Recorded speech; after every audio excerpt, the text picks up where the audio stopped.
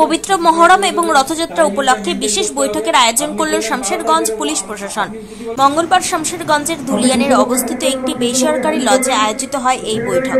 রথযাত্রা এবং মহরম কিভাবে নিয়ে যেতে হবে, কটার সময় বের করতে হবে, সেই সব বিষয় নিয়ে একাধিক আলোচনা করা হয় এই মিটিংয়ে। একাধিক মহরম কমিটি এবং রথযাত্রা কমিটি তাদের সুপরামর্শ আদান প্রদান করেন এবং প্রশাসনের কথায় সহমত প্রকাশ করেন। এদিন এই বৈঠকে উপস্থিত ছিলেন জঙ্গিপুর পুলিশ জেলা অতিরিক্ত police super Soumyajit Barua, Farakka sub ডিভিশনের এসডিপিও শেখ শামসুদ্দিন, শামশেরগঞ্জ থানার আইসি সুব্রত ঘোষ, ধুলিয়ান পৌরসভার পৌরপিতা ইনজামুল ইসলাম রাজা সহ অন্যান্য প্রশাসনিক কর্মকর্তারা।